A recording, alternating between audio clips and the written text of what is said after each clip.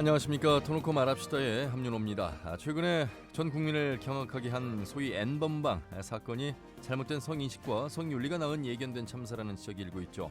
이런 가운데 최근에 전라북도에서도 성범죄 사건들이 연일 화두에 오르며 경각심을 불러일으키고 있습니다.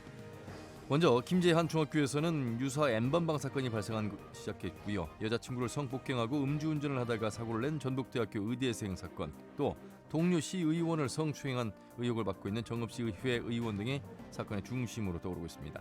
오늘 터놓고 말합시다에서는 전북대 의대생 성폭행과 정읍시의회 성추문 문제를 중심으로 각 사건들의 쟁점을 짚어보고요. 재발 방지 방안과 처벌 강화, 그리고 올바른 성인식 확립을 위한 인식 개선책 등에 대한 내용을 토론해 보도록 하겠습니다. 터놓고 말합시다는 사전 녹음 방송으로 진행하고 있습니다. 아울러 유튜브에서 KBS 전주총국이나 터놓고 말합시다를 검색하시면 실시간 보기와 다시 보기도 가능합니다. 많은 의견도 올려주시길 바라겠습니다. 자, 그럼 토론에 들어가기 앞서서 도민들은 최근 발생하고 있는 전북의 성범죄 문제에 대해 어떻게 생각하고 계신지 김세별 리포터의 도민 인서트로 함께 들어보시죠.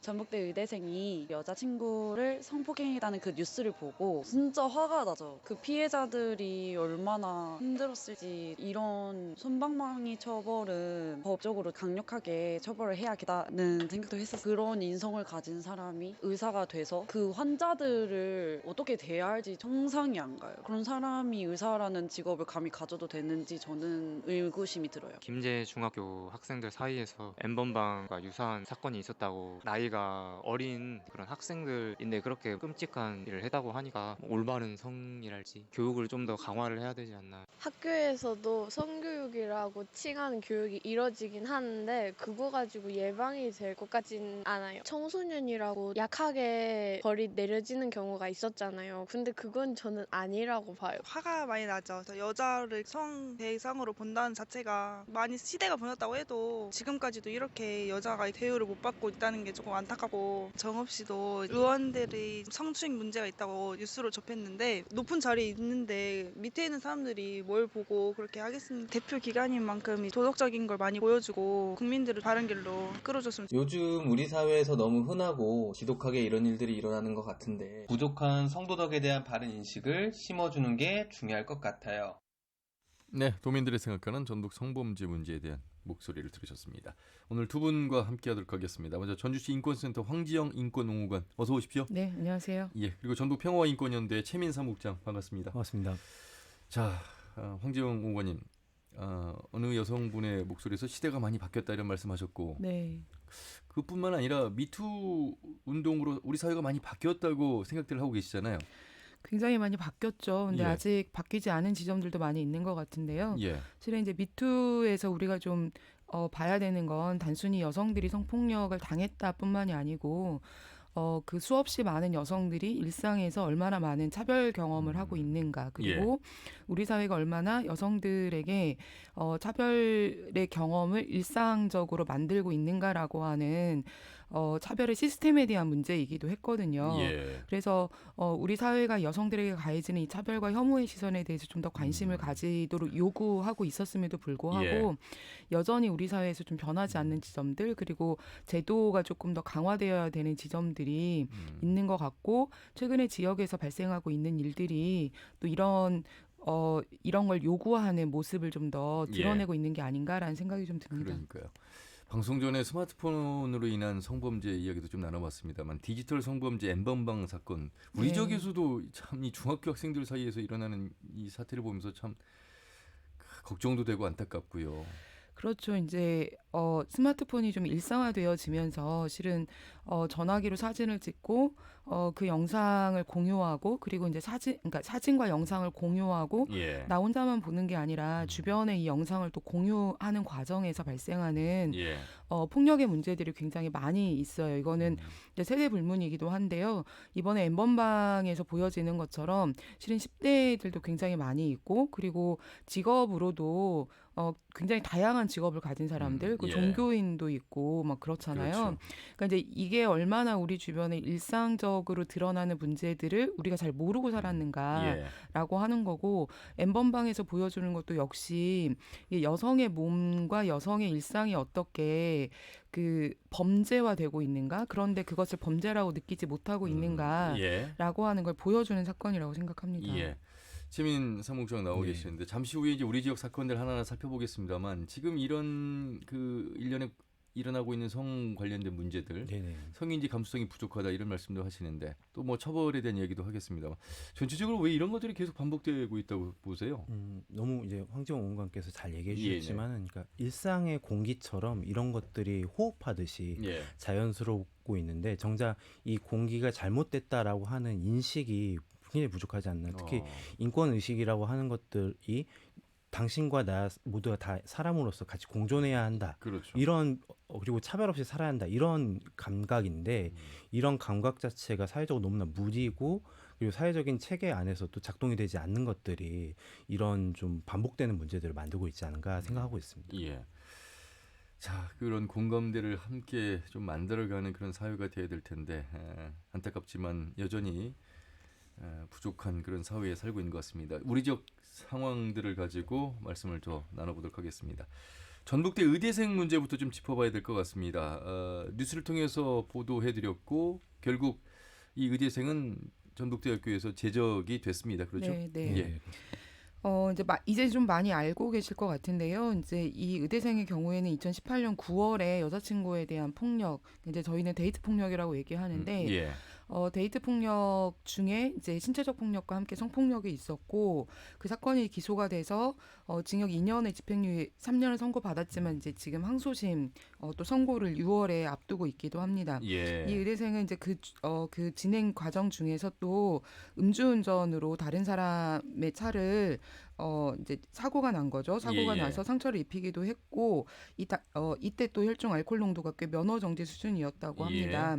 근데 이 의대생이 최근에 있었던 사건 이외에도 고등학교 시절에도 여자친구에 대한 성폭력과 폭력이 있었다라고 예. 하는 기사가 또 함께 좀 나왔었는데요. 예. 이제 그 고등학교 시절에 피해를 당했던 그 여성의 인터뷰 중에 이런 사람이 의사가 되면 안 된다고 생각을 했다. 예, 그리고 사회적으로 생길 수 있는 문제를 최소화하기 위해서 공론화시키기 위해서 본인도 인터뷰를 하게 됐다라고 예. 하는 이야기를 좀 했는데요.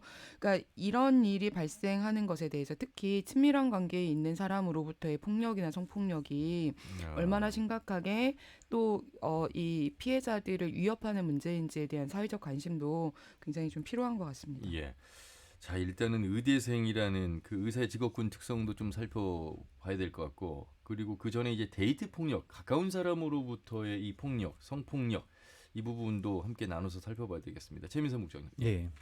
그 데이트 폭력 혹은 데이트 성폭력이라고 하는 것 자체가 사건화되기 어렵다는 게 그 그렇죠. 많은 여성단체, 시민단체에서 얘기했던 부분입니다. 그러니까 예. 친밀한 관계에 있다 보니까 이것 자체가 범죄로 인식되지 않는 사회적인 부분들도 있고 사법적인 판단들 혹은 이제 검찰이 기소를 하지 않는 이런 문제도 굉장히 심각한데 이번 사건여서는 그나마 다행인 게 이런 부분들이 죄로서 인정이 돼가지고 그래도 집행유예까지 나왔던 건 다행이었던 것 같습니다. 예.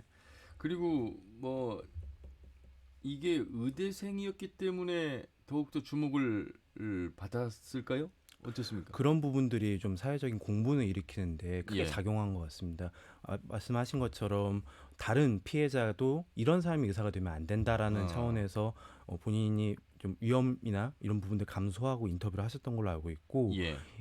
지역에서 기사가 나온 후에 청와대 청원이 올라가게 됐던 걸로 알고 있는데 그 예. 청와대 청원을 올리신 시민 역시도 이런 어떤 범죄를 저질렀던 사람이 의사가 되면 안 된다라는 차원에서 청원을 올리신 걸 보면은 예.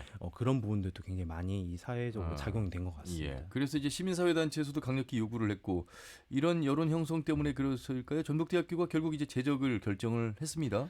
네, 제적을 이제 지난 5월 4일에 결정을 했고요. 이제 제적이 되었기 때문에 이 학생의 경우에는 이제 의사 국가고시를 치를 수 없게 그렇죠. 되기도 했는데요. 예. 이제 방금 최민 국장이 얘기하신 것처럼 의료인이나 혹은 우리 사회에서 전문가라고 불리어지는 사람들 그리고 정치적 권력을 가진 사람들에게는 시민들이 요구하는 높은 윤리의식 그리고 인권 감수성, 성인지 감수성들이 이제 이런 게 요구되는데도 불구하고 오히려 이렇게 발생하는 사건들을 보면 그 전문가로서의 권력을 가지고 있기 때문에 오히려 필요 없다고 생각하는 건 아닐까 싶은 정도로 예. 인권의식이나 성인지 감수성이 너무 낮은 모습들을 좀 보이고 있고 예. 그로 인해 발생하는 사건들 중에 하나가 이 의료인들에게 드러나는 사건이거나 정치인들에게서 발생하는 이런 성폭력 등의 문제가 아닌가라고 하는 생각이 좀 듭니다. 예. 보통 재학생에 대한 징계를 보니까 근신, 유기정학, 무기정학, 제적인데 가장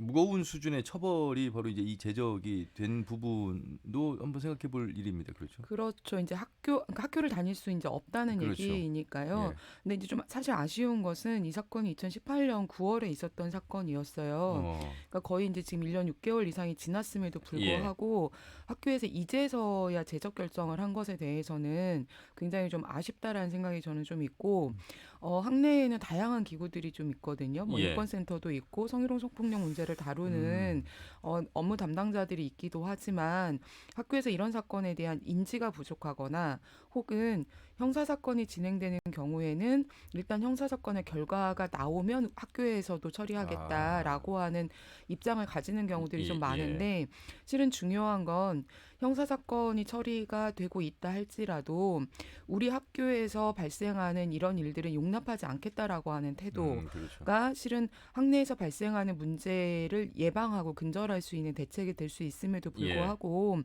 거의 모든 기관들이 그런 결정을 잘 하지 않아요. 그러면 피해자가 피해를 계속 감당해야 되는 상황들이 되고 가해자의 행위는 용인되는 경우들이 많기 때문에 오히려 이제 좀 학교에서 혹은 어떤 기관에서 더 이상 우리는 이런 문제를 용납하지 않겠다라고 하는 의지를 보여주는 차원에서의 징계들이 필요하겠다 그러면 생각해요. 이번 사건의 이 무거운 징계, 이 제적이 많은 그 다른 이제 사건들과 함께 큰 영향을 미칠 것 같고 사실 좋은 말씀 해주셨는데 이 학교의 경우에 보면 이제 교수들의 학내 성폭력 문제도 있었기 때문에 맞습니다. 교수들이 어떻게 보면 좀 더 관심을 가질 수가 있었을 텐데 네네. 그렇지 못한 그런 분위기였단 말이죠. 네네, 그렇습니다.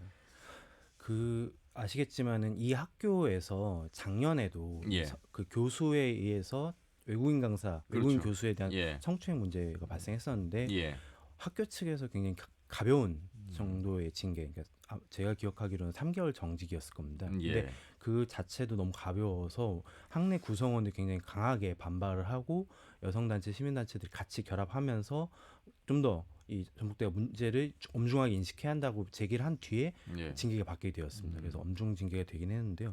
학내 사회 자체가 이런 성폭력 문제 혹은 성차별 문제에 대해서 용인하지 않겠다라고 하는 혹은 반드시 바꿔야 한다라고 하는 이제 그런 부분들 뚜렷해야 하는데 그러지 못했던 게 이 전북대 의대생 사건에서 좀 반영되지 않았나 하는 생각하고 있습니다.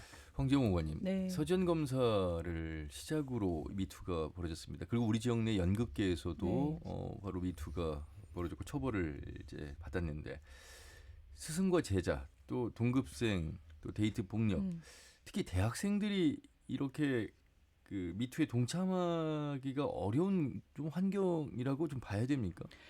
어렵죠. 사실은 이제 스쿨미투란 이름으로 이제 그러니까 고등학교에서도 굉장히 많은 여학생들이 교내에서 발생하는 성희롱이나 성차별 그리고 이제 성추행 등의 문제를 고발했지만 실제로 교사들이 처벌받은 사례는 많지 않아요. 그리고 대학생들의 경우에도 이제 미투에 동참하기도 했지만 사실 되게 어려운 것은 일단은 학생이라고 하는 사회적 신분과 위치가 불명확하잖아요.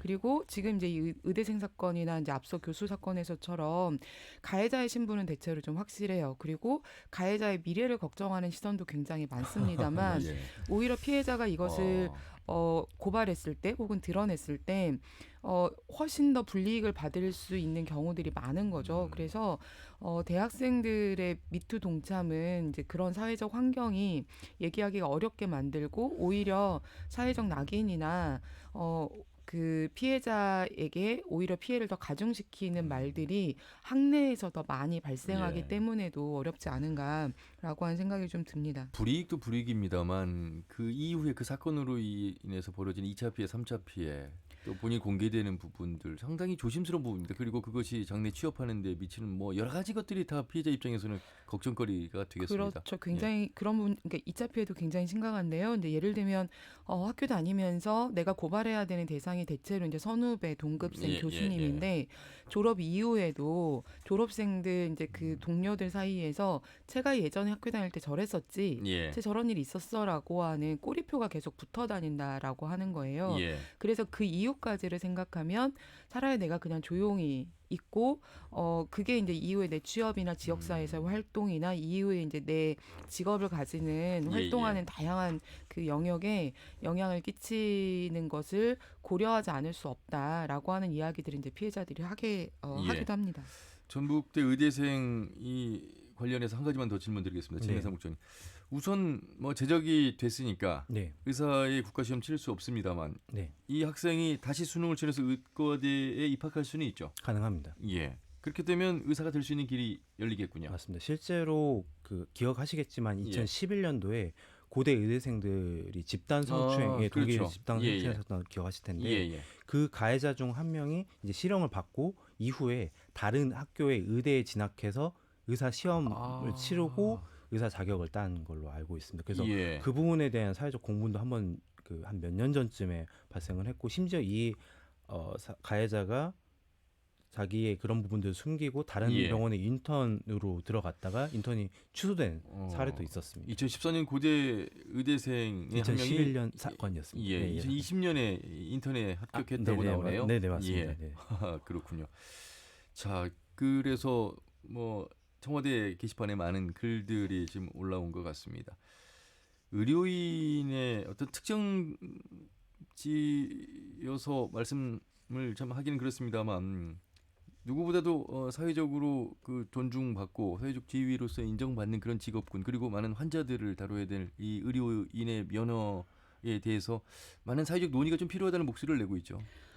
논의가 필요한데요. 실은 예. 논의보다는 이제는 법을 개정하는 게 더 중요한 시기가 아닌가라고 예. 생각이 들고 뭐 이번 코로나19 이 상황에서 의료인들이 굉장히 존중받고 굉장히 많은 존경의 대상이 그렇죠. 되기도 했지만 근데 그렇게 존경받아야 되는 의료인이 의사라는 이유로 진료행위라는 이름으로 행해진 어떤 성폭력의 문제에 있어서 예외가 되면 안 된다라고 예. 하는 생각이 좀 들고요. 그래서 이제 의료법 개정 등을 통해서 의사 면허의 결격 사유로 이렇게 이제 성폭력의 사유가 좀 들어가야 되는데 실은 성범죄는 좀 예외 규정으로 되어 있어서 예. 이제 의료법 개정도 좀 필요하다는 생각이 좀 들고요.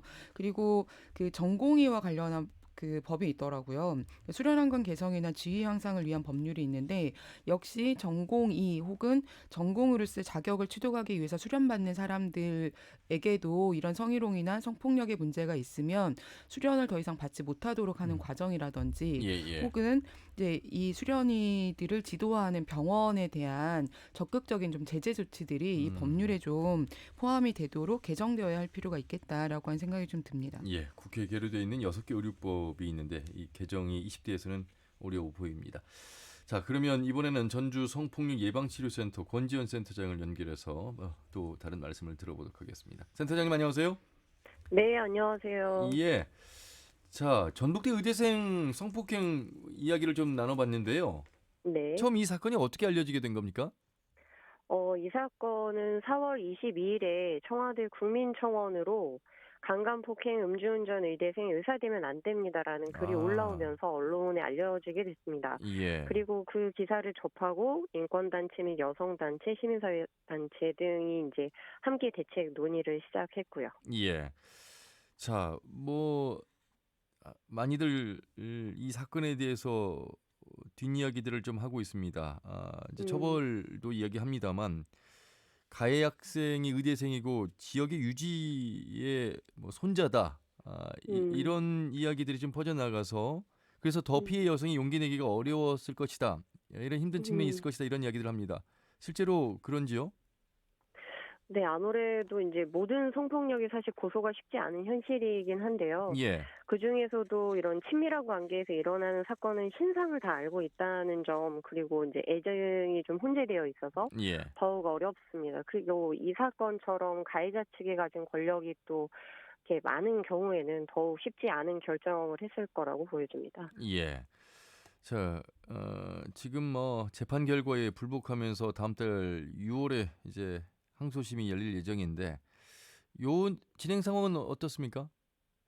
예, 1심이 2020년 1월 15일에 판결 선고가 있었습니다. 예. 그 6월에 열리는 2심에서는 이제 서로 양형부당에 대해서 항소했기 때문에 그 부분으로 다툴 예정입니다. 예. 피해 여성이 지금 국선 변호사의 도움을 받고 있네요.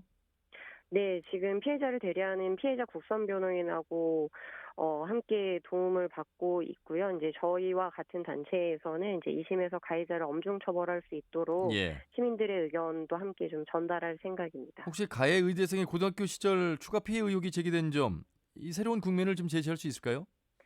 그러니까 이 사건이 사실 가해자가 초범이라는 이유로 감형 사유였거든요. 예. 그런데 이제 이런 추가로 알려진 고등학교 시절의 성폭력 가해 사실에 대해서 이제 초범이 아니게 감형하면 안 된다는 의견을 재판부에 함께 보내볼 예정입니다. 예. 1심에서 지금 징역 2년에 집행유예 3년. 네. 그러니까 성범죄를 저질렀어도 손방망이. 그러니까 형이 그렇게 무겁지 않은 것에 대해서 네. 지금 집행유예를 받았으니까요. 목소리를 네. 많이 내시는 것 같아요. 네, 많이 내야죠. 그러면 어떻게 좀 이 처벌이 바뀌어야 된다고 보십니까? 일단은 이런 성범죄가 높은 형량만이 답은 아니라고 보는데 예. 반드시 처벌은 된다는 것을 사법부가 알려줘야 된다고 생각을 합니다. 그래서 이런 가해자의 삶과 서사에만 감정이입을 하지 않고 이제 피해자의 삶과 이야기에 충분히 귀 기울일 때 더 나은 그리고 안전한 사회가 될 수 있을 것 같아요. 예. 지금 데이트 폭력 살펴봤는데 지위를 남용해 또 약자를 성적으로 착취하는 그 권력형 성범죄가 있고요. 그래서 미투가 이제 시작된 거고. 그렇죠. 또 10대 이하의 약자들 대상으로 하는 그루밍 성범죄 이 부분도 또 여전히 계속되고 있는 것 같습니다.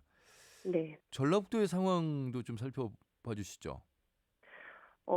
전라북도도 사실 별반 다르지 않은 건 모든 지역에서 이런 유형의 성범죄들은 많이 일어나고 있는 거고요. 예. 그리고 이런 지금 성폭력 당시에는 고소를 못했는데 다른 사람의 용기와 지지의 힘을 얻어서 이제 미투를 하는 상황들도 이어지고 있거든요. 네.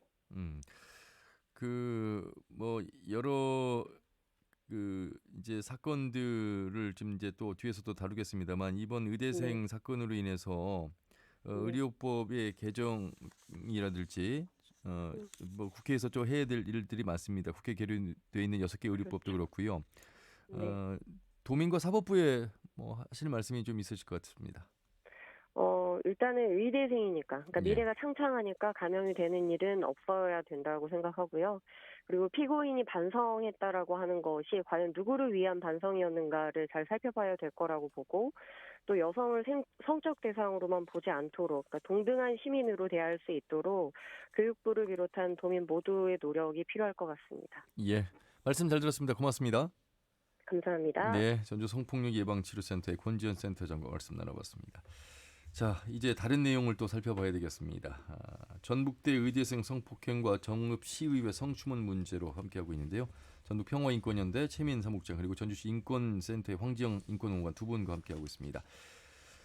정읍시의회 성추행 문제 동료 의원을 지금 이제 성추행한 사건입니다. 네, 그렇죠? 맞습니다. 예. 그 지난해 10월에 정읍시에 있는 어떤 한 식당에서 그 피해 의원과 동료 의원들이 같이 식사하던 자리에서 예. 갑자기 가해를 가했던 이 의원이 내가 한번 줄라고요. 뭐 이런 식으로의 성희롱 발언 등을 했다. 그러니까 정말 참 입에 담기 어려울 정도의 말들이 굉장히 많았다고 합니다. 그러면서 강제로 이 피해 의원을 껴안으려고 했더라는 것들이 예. 주변에 많은 사람들과 함께 목격이 되었었고요. 이제 그러면서 도저히 이 정말 무서운 상황 속에서 피해 의원이 공포에 떨었다라는 얘기까지는 좀 들린 것 같습니다. 검찰에 송치가 됐죠? 그 네. 기소 의견 됐습니다. 예, 그렇기 때문에 가해자 피해자라는 표현을 쓸 수가 있는 거고요. 네. 예. 그런데 이 가해자 의원이 오히려 억울하다 이런 입장인 건가요? 지금? 그런 얘기도 하고 있고 예. 사실은 이 부분과 관련되어 가지고 이후에 어떤 의회 차원의 대책이라고 하는 것들도 굉장히 미약했다. 예. 이제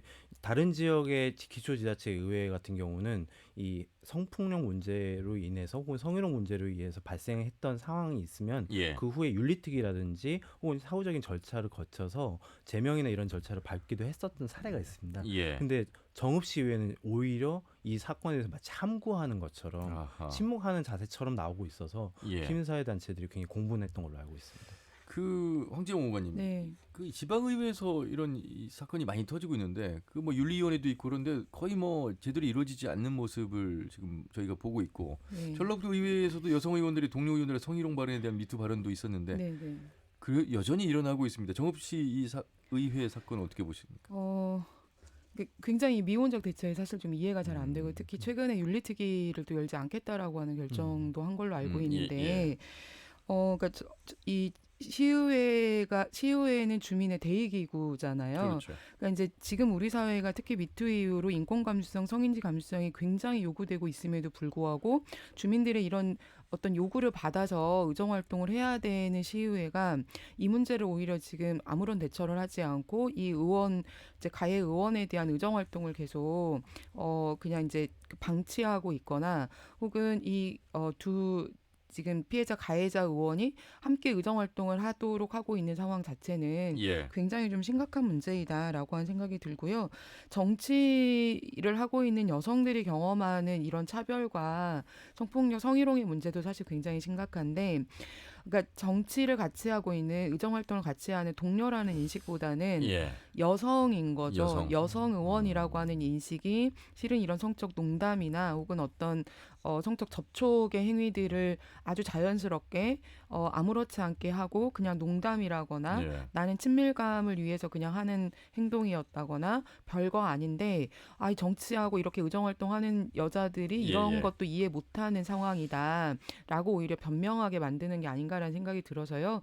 이 의원들의 성차별에 대한 인식이 바뀌어야 한다라고 그 생각합니다. 성인지 감수성 말씀하셨잖아요. 네네. 그 지금 대부분 이제 가해가 남성이기 때문에 네. 남성들이 어떤 뭐 행동으로도 이 성 폭력을 할 수도 있고 성 추행을 할 수도 있습니다만 말하는 것 가지고 그 이 정도가 뭐 크게 피해를 줄 거라고 생각하는 성인지 감수성이 떨어지는 분들이 많잖아요. 그러니까 그렇죠. 지금 네네. 표현들이 많이 나왔는데. 네, 네. 그러니까 익숙하게 뭐 일상에서 어떤 음식을 비유해서 예. 뭐 그 어떤 뭐 정력이나 뭐 이런 표현들을 한다거나 혹은 여자가 어떠해야 된다고 얘기한다거나 어떤 여자들이 뭐 좀 더 섹시하다거나 뭐 예쁘다거나 이런 식의 어떤 외모나 신체적 발언들을 하는 것이 굉장히 심각한 문제가 되는데도 불구하고 이런 이야기들이 전부 그냥 농담으로 치부되어진다라고 하는 거죠. 그러니까 농담이 아니고 성희롱이다. 그래서 대법원이 성인지 감수성이 필요하다라고 하는 예. 이제 판단을 하는 과정에서 우리 사회에서 발생하는 성차별의 문제를 이해하고 예. 그리고 양성평등을 실현할 수 있도록 성인지 감수성이 필요하다라고 하는 얘기를 이제 대법원의 판례에서도 얘기를 하고 있어요. 예. 그래서 이제 일상에서 그냥 하는 이런 말들이 단순히 농담이 아니고 그렇죠. 동료 여성들에 대한 차별적 발언이고 성적 대상화하는 예. 발언이다라고 하는 인식이 좀 필요한 것 같습니다. 뭐 회식 자리에서 전북지방 경찰청장이 이제 뭐 고추도 먹을 줄 알아야지 뭐 이런 표현도 네네. 그렇고 또 뭐 전라도 의회 한 남성 의원이 뭐 벗겨보진 않았지만 속살이 쪘을 것 같다 이런 표현을 왜 하는 건지 분명히 이것이 그 피해 여성에게는 당연히 성적 수치심을 느낄 수 있는 그런 대서 말이 되겠고요. 그렇죠. 그러니까 동료가 아니라 여성이라고 생각하니까 자꾸 나오는 발언인 거예요. 예, 그러니까 예. 이 여성이 우리 사회에서 나와 함께 일을 하는 동료라고 생각하면 인격적인 대우를 해야 하거든요. 예. 근데 동료라고 하는 것보다는 여성인 거죠. 그러니까 우리 사회에서 그동안 가지고 있는 어떤 여성을 바라보는 이미지나 혹은 여성을 바라보는 어떤 생각 안에 여성은 예뻐야 한다. 그리고 어떤 자리에서든 분위기를 좀 좋게 만들어야 된다. 예. 그러다 보니까 이제 최근에 나오는 발언들 중에서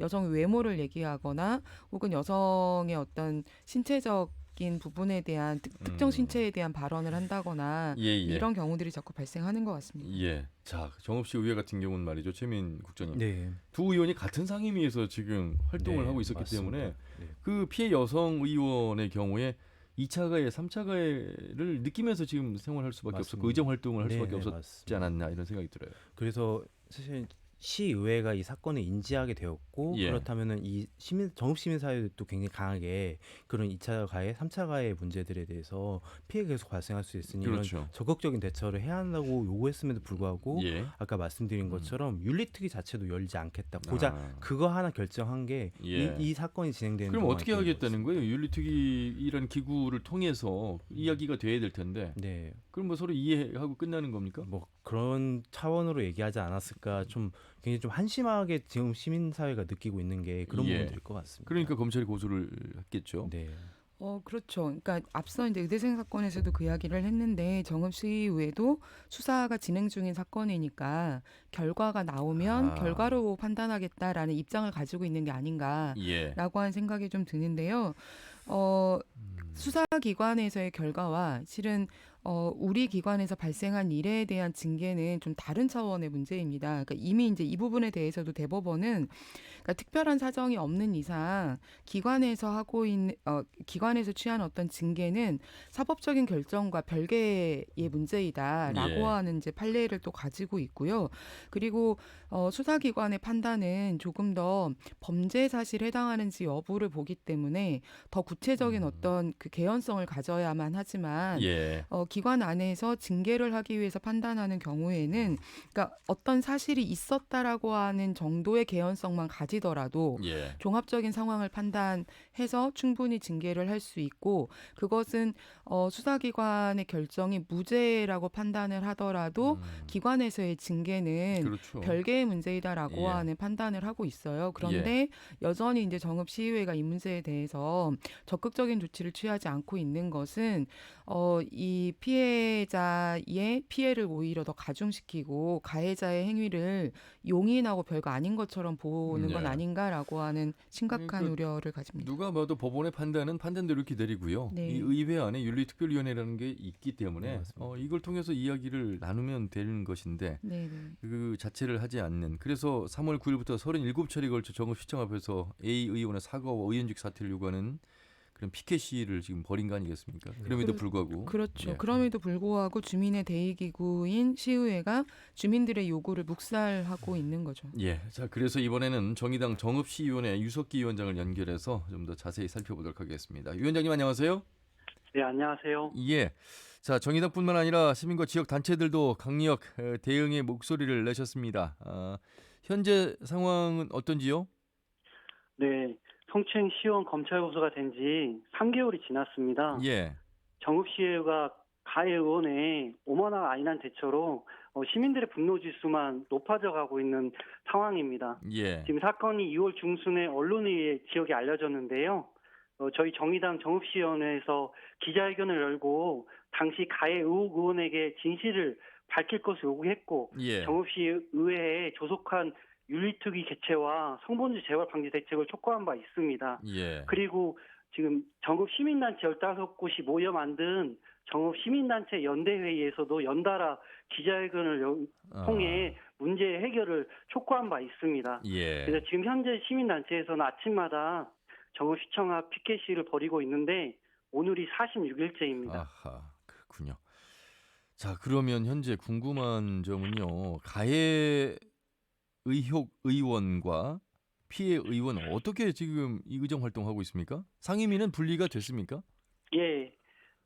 지금 원래 이제 가해 의원과 피해 의원은 같은 상임위 소속이었습니다. 예. 네, 성범죄 사건이 발생하면 피해자로부터 가해자를 공간 분리하는 것이 기본적 상식이잖아요. 예. 네, 근데 정읍시의회는 아무런 조치를 하지 않았습니다. 심지어 시의원들의 현장 방문 활동에서도 피해자가 탄 차량에 가해 의원을 동승시키는 일도 했습니다.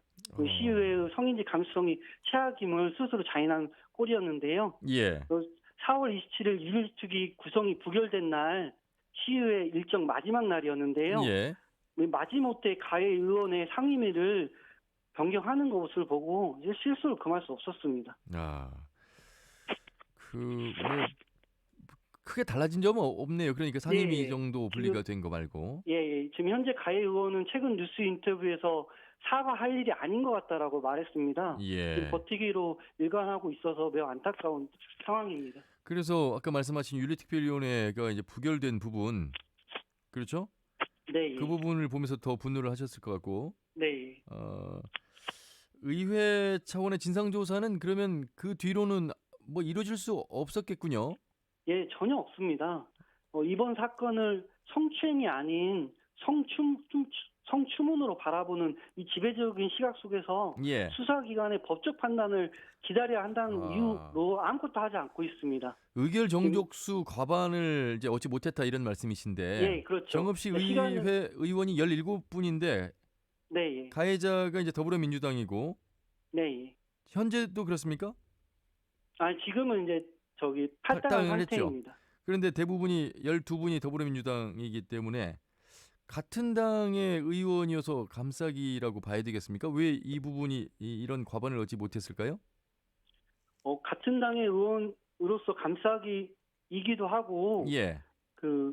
일개 시의원들의 문제들이 있습니다.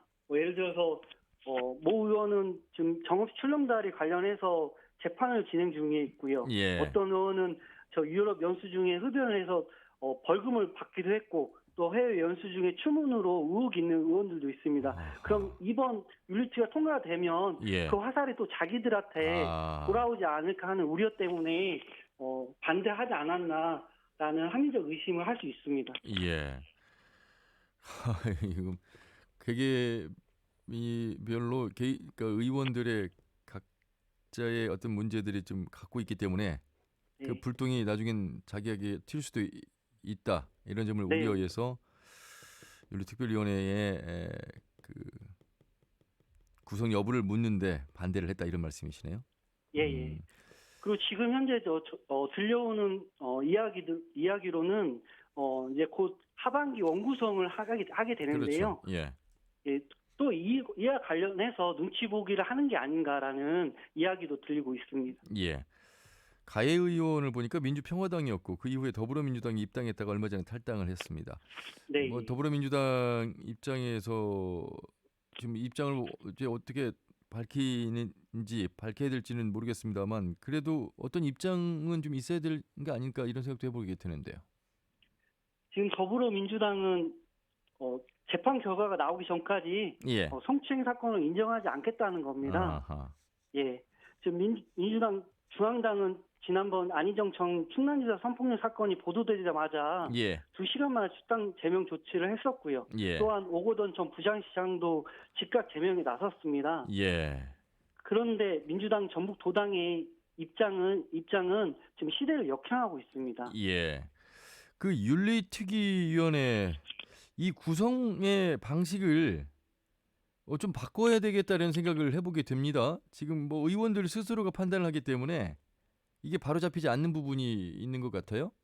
네, 맞습니다. 지금 윤리특위는 사실상 유명무실합니다. 박물관에 있습니다.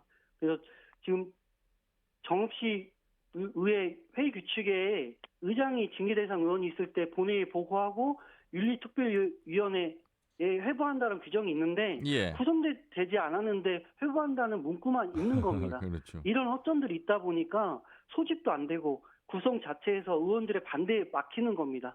고양이에게 생선 맡기는 꼴입니다. 예. 그래서 사안이 있을 때마다 윤리특위를 논의할 게 아니라 이 독립적인 외부 인사들로 구성된 윤리위원회를 상시적으로 운영하는 방식으로 바뀌어야 합니다. 예. 그래서 독립적인 기구에서 일상적으로 모니터하고 심사하고 필요할 때 징계 절차를 본회의에 자동 회부가 가능하게 된다면 예. 변화가 있으리라 생각합니다. 예. 정읍시 의회 17분의 의원 열심히 하시는 분들도 계시겠습니다만 그렇지 못한 그런 사례로 이야기를 저희가 전해드리고 있는데 성추행 고소 사건 또 해외 연수의 성매매 업소 방문 의혹 그리고 뇌물 사건 재판 뭐 지금 시끄러운 그런 의회 상황으로 저희가 이제 이해를 할 수밖에 없는데 의회에 꼭 하고 싶은 말씀 있으실 것 같습니다. 네, 지금 시의회는 문제가 있을 때마다 문제 해결을 위한 그 어떤 노력도 안 했습니다. 공식적인 사과 한 번 없었던 건 당연했고요. 조정 능력을 상실한 지 오래됐습니다. 이번 성추행 사건도 마찬가지입니다. 네, 이달 말경에 시의회가 다시 소집이 되는데요. 잘못된 결정 하루빨리 파기하고 윤리특위 구성해서 심사를 조속히 시작해야 합니다. 그래서 가해 의원에 대한 처벌이 제대로 이루어져만이 이 사건이 정읍 공직사회에 큰 경종이 될 수 있습니다. 더불어서 철저한 젠더 폭력 예방과 조직 문화 개선을 위한 시스템 점검을 통한 대안을 마련하고 시의원들에게 성인지 감수성 교육 등을 체계화해야 합니다. 예, 말씀 잘 들었습니다. 고맙습니다. 예, 감사합니다. 예, 정의당 정읍시의원의 유석기 위원장과 말씀 나눠봤습니다. 그 황재홍 의원님, 네. 최민상 국장님, 네. 우리가 기초의회, 광역의회 이야기를 이렇게 비중으로 보면 많이 하질 않는 상황인데 할 때마다 이렇게 좋은 이야기는 많지 않은데 이번에 또 의회 이 동료의 성추행 사건입니다. 그런데 제 식구 감싸기 당연히 있을 수 있습니다. 어려울 때는 도와주고 또 힘들 때 격려하고 그런 어떤 제 식구가 아닌 정말 비판받아야 되고 처벌받아야 되는 그런 상황에서라면 그 제 식구 감싸기는 또 다른 시각으로 좀 바라봐야 됩니다. 왜냐하면 대의기구로서 그 그렇죠. 의원의 역할이라는 것을 생각한다면 말이죠. 그렇죠. 그러니까 그 불법적 행위에 대한 제 식구 감싸기는 범죄죠, 범죄. 그리고 이제 지방의회는 어쨌든 특히 이렇게 성희롱 성폭력 문제에 있어서는 양성평등 기본법이라든지 예. 여성폭력 방지 기본법이라든지 이미 이런 법령에서 이 대의기구인 시의회가 해야 되는 역할들이 의무로 규정되어 있어요. 여성폭력을 방지하고 피해자를 보호해야 되고 지역의 성평등을 만들기 위해서 역할을 해야 된다라고 하는 의무가 규정되어 있음에도 불구하고 예. 이 지방의회에서 이런 역할들을 하지 않는 것은 실은 법령 위반이다. 그래서 이제 특히 이렇게 정읍이나 이렇게 시의회에서 발생하는 성희롱이나 성폭력 문제 등에 대해서 관대한 어떤 인식으로 바라보는 것은 예. 굉장히 잘못된 방식이고 그리고 정말 시민들의 대의기구로서의 역할을 제대로 하지 않는 것이기 때문에 예. 정읍 시의회가 특히 이번 일을 계기로 그 역할을 좀 잘 해주시면 좋겠다라고 하는 바람을 좀 가져봅니다. 윤리특별위원회에 대해서 좀 생각을 해봐야 될 것이요. 전라북도 의회마저도 윤리특별위원회는 뇌물수수 혐의로 기소돼 의사봉을 내려놨던 송성원 도의장에게 다시 진행을 맡겨서 또 거센 비판을 지금 받고 있는데 윤리특별위원회의 어떤 구성 방식을 바꿔야 된다. 아까 유석기 위원장님 말씀하셨습니다.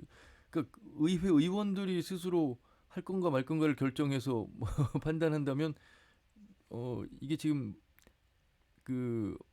원하던 방향대로 가지 않는 경우는 그냥 끝나는 것이잖아요. 그리고 사실 되게 이제 이 결정이 어려운 것이 의정 활동을 계속 같이 하고 있는 동료들이 그렇죠. 동료의 어떤 인사상 불이익에 대한 결정을 해야 그렇죠. 하잖아요. 예, 예. 그런 측면에서 사실 어떤 이 과정에 참여하는 것도 굉장히 어렵고 판단을 하는데도 쉽지는 않다라고 하는 생각이 좀 들기도 하지만 그럼에도 불구하고 좀 해야 할 일은 해야 한다라고 생각이 들고요.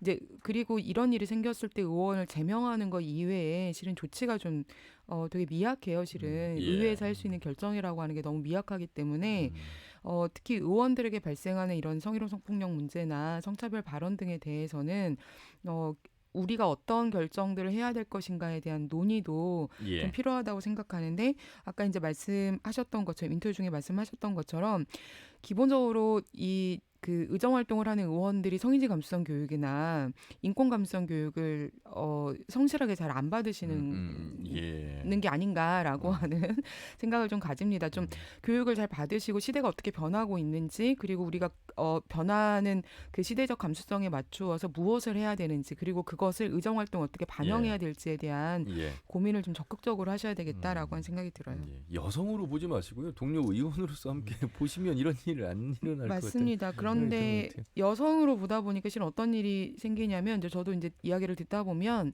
그러니까 어딘가 이제 외부로 가거나 이럴 때 예. 그러니까 이제 수발된다고 하죠. 음식을 챙겨준다거나 이런 식의 어떤 잔심부름들이 여성 의원들의 역할이 되거나 혹은 여성 보좌진의 역할이 되는 경우에서부터 발생하는 아주 일상의 성차별에 대한 감수성이 좀 필요한 것 같습니다. 최민상 국장님. 예. 예. 윤리특별위원회 구성이라든지 의회 좀 해주고 네. 싶은 말씀이 있으시면 해주시죠. 윤리특위 자체에 대한 어떤 조례라든지 이런 것들 바꿔가는 것도 필요할 것 같고요. 예. 지금 아시겠지만 문재인 정부 들어서서 과거에 정권에서 있었던 그 행정기관들의 인권 침해라든지 잘못되어 있는 어떤 사회권에 대한 침해들에 대해서 별도의 위원회를 구성해가지고 지금 사과 공고라든지 혹은 이제 대책을 만들 것을 공고하고 있습니다. 경찰이라든지 노동부 역시 마찬가지고요. 그래서 이런 부분들이 기초 의회에서도 진짜로 이 지역의 주민들이 모여서 그리고 이원 관련된 사회활동하고 있는 시민사회단체들, 예. 이권단체들 모아서 별도의 위원회를 구성해가지고 그 위원회가 다 결정을 하지 못하더라도 최소한 이 위원회가 어떤 방향에 대한 권고를 할 수 있는 예. 그런 제도적 장치 그리고 아까 말씀하신 것처럼 인권감수성, 성인지 감수성에 대한 교육들이 예. 반드시 있어야 할 것 같습니다. 자, N번방 사건으로 온 세상을 분노하게 만들었던 디지털 성범죄 이야기를 해보겠습니다. 김제에서 중학교 남학생 2명이 또래 여중생에게 자신의 신체 일부를 찍어 보내는 성희롱 범죄를 저지른 사건인데, 참 중학생이 이제 14살, 5살, 뭐 16살 이런 10대 우리가 생각하는 그냥 학생인데 이 학생들에게 성은 무엇이고 또 이 스마트폰을 통해서 그들이 배운 성 인식은 무엇이고 그래서 이런 범죄들이 일어나는 것일까 많은 생각들을 하게 됩니다.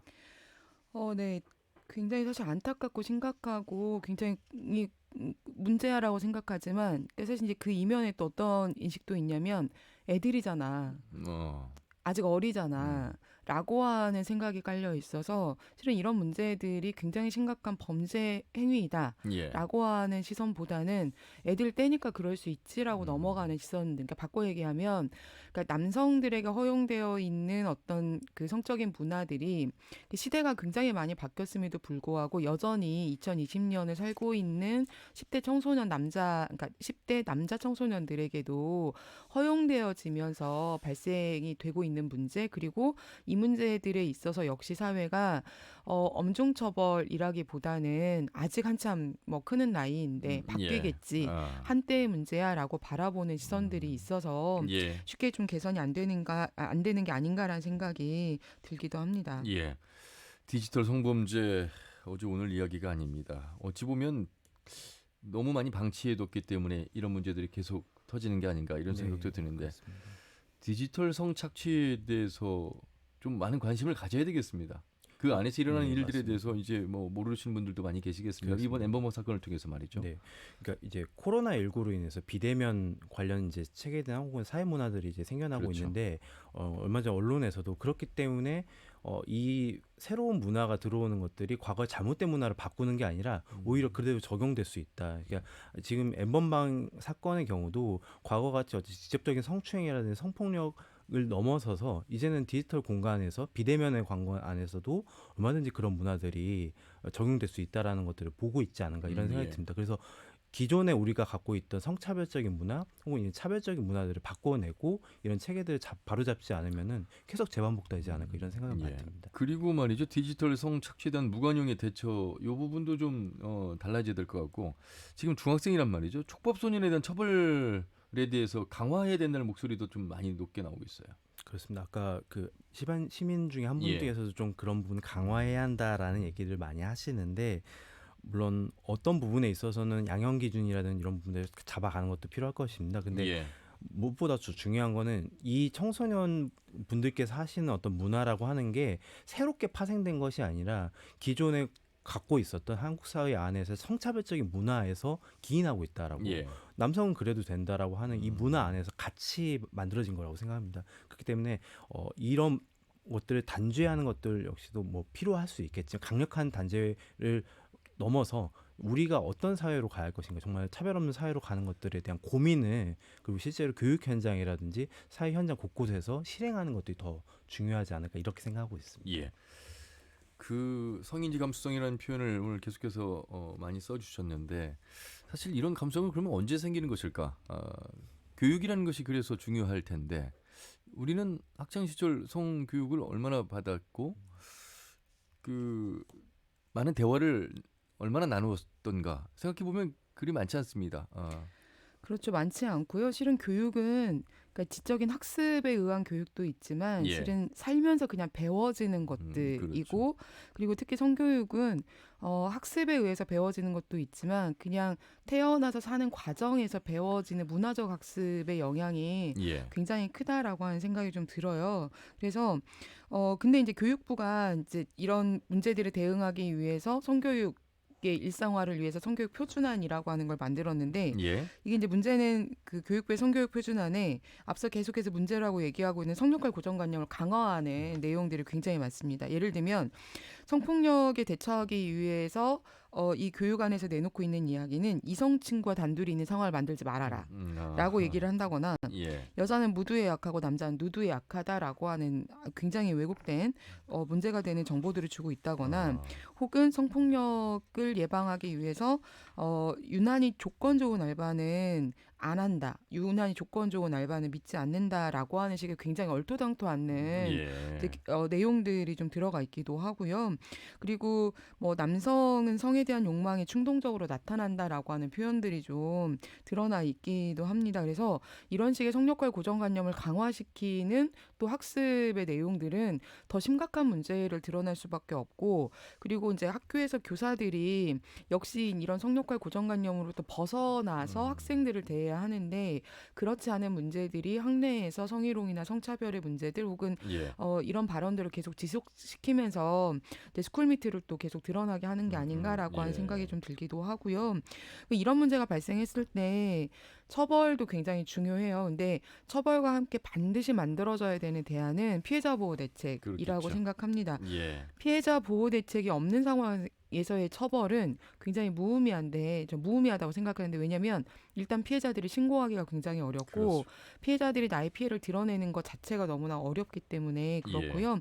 또 하나는 2차 피해가 계속해서 발생할 수밖에 없어요. 피해자 보호 대책이 면밀하게 만들어지지 않았을 때는 그래서 예. 2차 피해로 인해 다시 피해자가 공격받는 상황들이 발생할 수 있다라고 하는 점을 좀 기억해 보면 예. 학교 내에서 이런 교육안의 문제들을 좀 바꿔내야 된다라고 하는 생각이 듭니다. 예.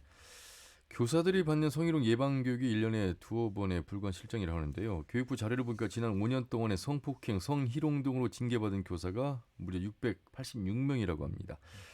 자, 교육계 안에서 아이들의 성교육도 중요하겠습니다만 교사들의 성인식 교육도 개선돼야 될 점이 많은 것 같습니다. 최민상 국장님. 네, 맞습니다. 학교라고 하는 게 단순히 학생들 가르치는 공간만으로 이게 하고 가서는 안 되고 예. 교사 역시 사실 어떻게 보면 생활하는 공간인데 그렇죠. 이런 공간 자체가 불평등한 성적으로 불평등한 부분들이 있다라고 하면은 예. 사실 이건 학생에 대한 피해뿐만이 아니라 다른 교사 특히 여성 교사분들을 비롯한 사회적 소수자 교사들한테도 좋지 않은 인권 친화적이지 않은 환경이 계속 예. 만들어지는 거라고 생각합니다. 알겠습니다.